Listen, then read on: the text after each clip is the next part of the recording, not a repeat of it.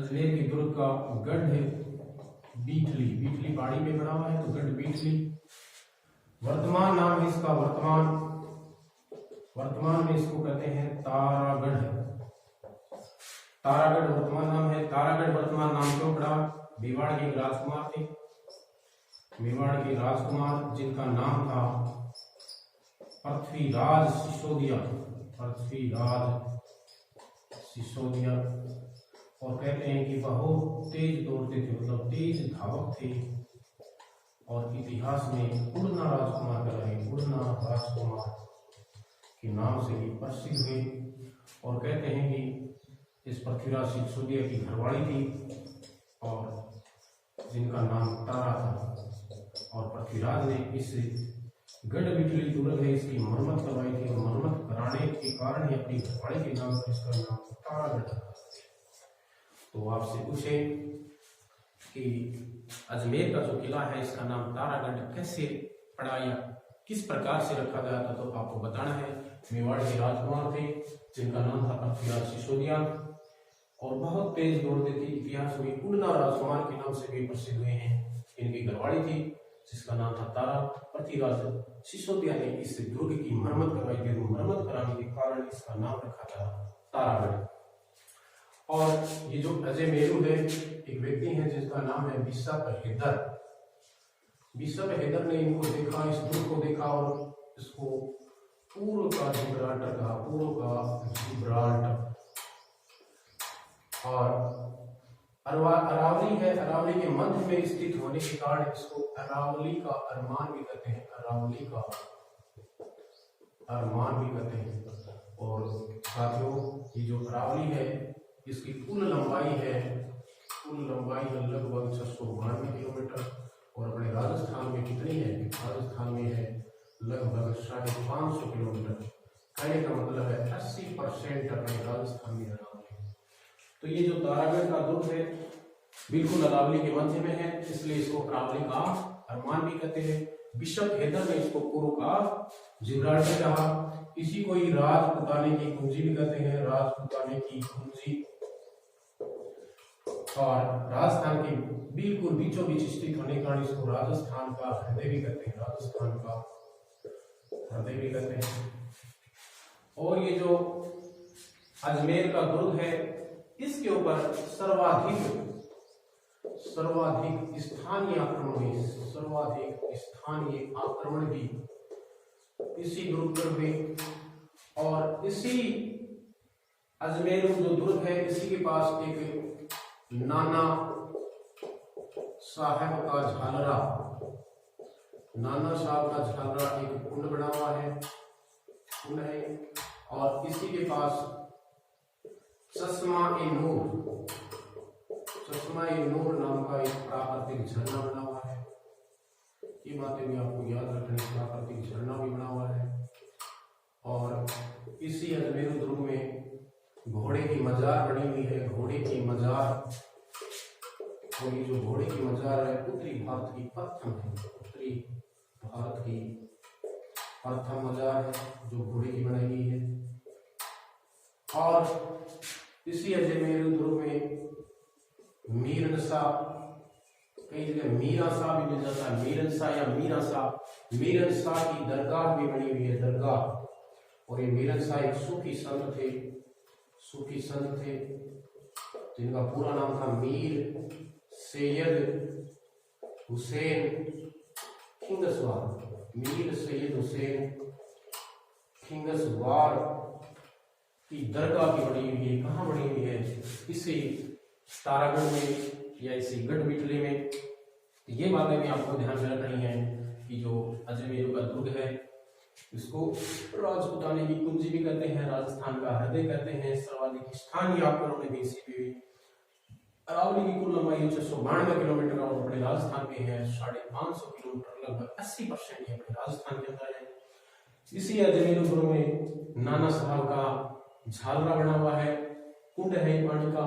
चश्मा-ए-नूर नाम का प्राकृतिक झरना भी बना हुआ है। घोड़े की मजार है उत्तरी भारत की प्रथम। और मीरनसा एक सूफी संत थे जिसका कई जगह नाम मीरासा भी मिलता है, और इनकी दरगाह बनी हुई है। और पूरा नाम है इनका मीर सैयद हुसैन खिंगसवार। और जैसे ही ये जमीन दुर्ग है, इसकी पहाड़ियों से थोड़ा सा नीचे उतरते हैं तो एक गुफा है जिसका नाम है शीश खाना। शीश खाना, और कहते हैं कि शीश खाना में चामुंडा माता का मंदिर है। चामुंडा माता का मंदिर है और अक्सर पृथ्वीराज तृतीय माता की पूजा करने के लिए यहाँ पे थे। तो ये बात भी आपको ध्यान रखनी है। अब देखो ये तारागढ़ है, एक तारागढ़ है, ये तो अपना अजमेर का तारागढ़ है। और जब बात दुर्ग की चल रही है तो L1 के अंदर भी सिलेबस में है, और जो भर्तियां और भी राजस्थान के अंदर सेकंड ग्रेड हो, पटवारी, ग्राम सेवक, सभी के अंदर दुर्गों का जो चैप्टर है वो भी आता है। एक तारागढ़ ये अजमेर के अंदर है, ये तारागढ़ जो और भी है तारागढ़। तारागढ़ का ये जो दुर्ग है ये बूंदी के अंदर है, और इसका जो निर्माता था 14वीं शताब्दी के आसपास देवी सिंह हाड़ा, जो इनके निर्माता हुए हैं इस तारागढ़ बूंदी के। और कहते हैं कि इसको रुडियार्ड क्लिपिंग ने देखा था, और देख के वो बोला कि ये तो मानव ने नहीं बनाया, मतलब आदमी द्वारा निर्मित नहीं है, मानव ने नहीं बनाया, प्रेतों ने बनाया, प्रेतों ने इसको बनाया। रुडियार्ड क्लिपिंग ने इसको देखा। और ये जो तारागढ़ का जो दुर्ग है ये भित्ति चित्रों के लिए प्रसिद्ध है, भित्ति चित्रों के लिए प्रसिद्ध, भित्ति चित्रों के लिए प्रसिद्ध। और सबसे इंपॉर्टेंट बात आती है कि इसमें एक तोप रखी हुई है, तोप भी इसके अंदर है जिसका नाम है गर्भ गुंजन। तो ये इसमें एक इंपॉर्टेंट बात है, क्योंकि जो किलों की 2 किले एक नाम से आगे, तो तारागढ़ का भी जिक्र करना बहुत जरूरी था। तारागढ़ का जो दुर्ग है ये बूंदी के अंदर है, जिसके निर्माता थे 14वीं शताब्दी में देवी सिंह हाड़ा। और इस दुर्ग को रुडियार्ड क्लिपिंग ने अपनी आंखों से देखा, और देख करके बोला कि तो मानव के द्वारा नहीं बनाया गया, किसी भूत प्रेतों के द्वारा इसको बनाया गया है, भित्ति चित्रों के लिए प्रसिद्ध है। और सबसे इंपॉर्टेंट बात है कि यहाँ एक तोप रखी गई है, और उस तोप का नाम है गर्भ गुंजन तोप। अब देखो बात चली अजमेरों की, और अपन पढ़ रहे थे अजयराज चौहान को। अब अजयराज चौहान है, इसके नाम के पीछे अजय राज चक्री भी लगता था, अजय राज चक्री, अजय राज चक्री। कहने का मतलब है इसको चक्रवर्ती विजेता भी कहा जाता था, चक्रवर्ती विजेता भी कहते थे इसको। कहते क्योंकि इनको एक महारत हासिल थी, दुश्मन सेना चक्र रूप में दुश्मन सेना बिखरी हुई है, तो उसको बहुत ही कुशल तरीके से नेतृत्व करते हुए उसको हराना चक्रवर्ती कहलाता है। तो ये चक्रवर्ती शासक भी कुछ कहलाए हैं, इसीलिए इनके नाम के आगे अजयराज चक्री भी लगता है। अब देखो जो अजयराज चक्री है, इन्होंने, इनकी घरवाली थी, इनकी रानी थी जिसका नाम था सोमलेखा। और कहते हैं कि इन्होंने अजमेर में अजय देव के नाम से चांदी के सिक्के भी चलाए थे। अजय देव के नाम से चांदी के सिक्के चलवाए, और अपनी जो घरवाली थी सोमलेखा, इनका नाम भी उत्कीर्ण करवाया था। और अपनी जो राजधानी है वो अजमेर को बनाया था, राजधानी बनाया अजमेर को, राजधानी बनाया अजमेर को। तो आपसे कोई पूछे कि चक्रवर्ती विजेता अजमेर के किस शासक को कहा जाता था, तो आपको बताना है अजयराज को, इनकी घरवाली थी सोमलेखा।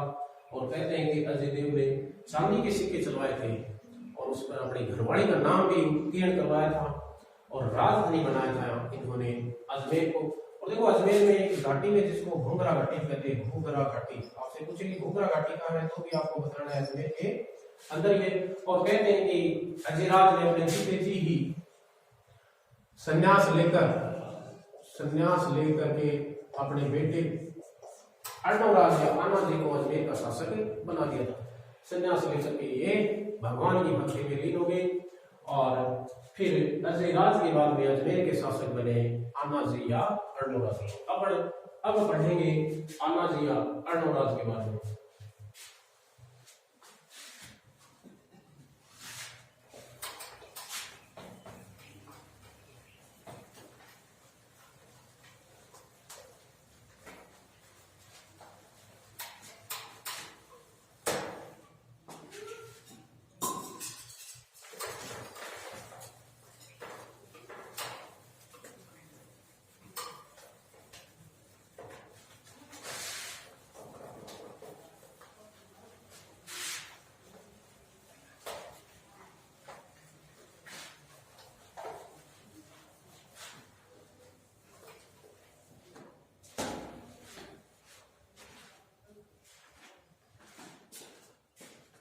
अब